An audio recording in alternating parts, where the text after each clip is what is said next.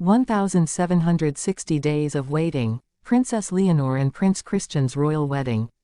4 years, 1760 days. That's how long the world has waited.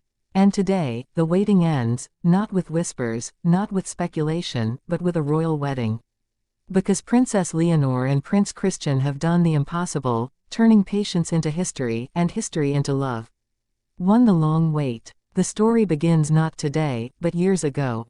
When Leonor was still in her teens, when Christian was still learning the weight of his crown to come, their bond quietly formed. For 1760 days, through birthdays, ceremonies, military training, national events, they waited. And the world waited with them. Every glance at official gatherings. Every whisper at state dinners.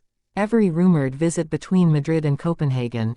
Fans counted the days. Royal watchers wondered, would this love endure?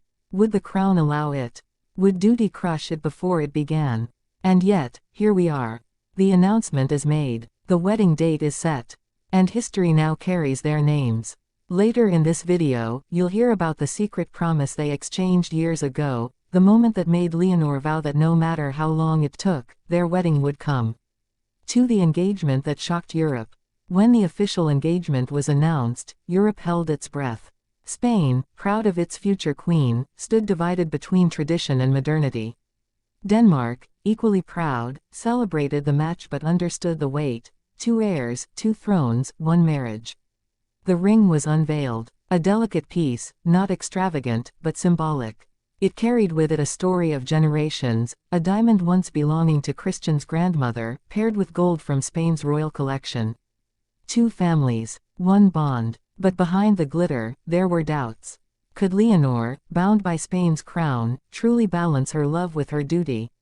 Could Christian, heir to Denmark, support her role without losing his own?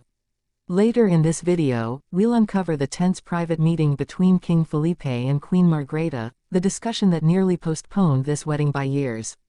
3 families at a crossroads. In Madrid, King Felipe and Queen Letizia faced the hardest choice of their lives. They had raised Leonor to carry Spain's crown, to be unshakable, unbending, unwavering. And yet, she asked for something profoundly human, to marry for love. Queen Letizia's tears, seen in a rare moment of vulnerability, told the story. She whispered, Spain will still have its queen. But first, let her be a bride. In Denmark, Crown Prince Frederik and Crown Princess Mary embraced the moment with open arms. They had raised Christian to lead with kindness, to follow the heart while serving the crown. And they knew Leonor was his heart. Still, this union was no small matter. 2 nations, 2 crowns, 1 love story that could shape Europe for decades. Later in this video, you'll hear about the private letter Leonor wrote to her father the night before the engagement. Words so emotional, King Felipe was said to have read it 3 times before answering her call. 4 fans react across nations. The announcement swept across borders like fire. In Spain, the plazas erupted with cheers. Streets filled with music, banners, and spontaneous celebrations. Some held portraits of Leonor, others carried the Spanish flag marked with the word, Amor. In Denmark, bells rang in churches, crowds gathered at Amalienborg Palace, and young fans painted their faces with both flags. The phrase, love without borders, trended within hours. Social media captured everything, the hugs, the tears, the disbelief that after 1760 days of rumors, patience, and silence, the moment was real. But not everyone was celebrating. Political voices in Spain raised questions. Would this marriage weaken the crown? Would Spain's future queen divide her loyalty? Later in this video, we'll explore how Leonor herself answered those critics, words that silenced a room and ignited hope. 5. The wedding of the century. The plans are already legendary. The cathedral in Madrid stands ready, yet whispers suggest a second ceremony in Copenhagen. 2 nations, 2 vows, 1 love sealed for history.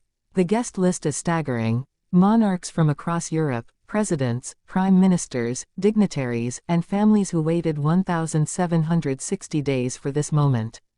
The dress, kept secret, already carries speculation. Will it honor Spain's tradition? Or blend Denmark's heritage with modern elegance?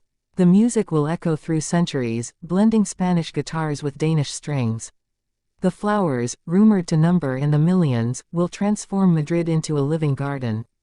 And yet, through all the splendor, the simple truth remains: this is not just a royal event. It is two young people saying yes to each other, after years of waiting.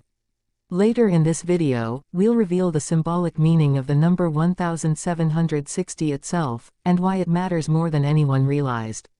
6. A future forged in love. As the world looks ahead, questions remain. How will Leonor lead Spain as queen while standing beside Denmark's heir? Where will they live? How will they raise their future children, Spanish princes or Danish royals? But tonight, those questions do not weigh heavy.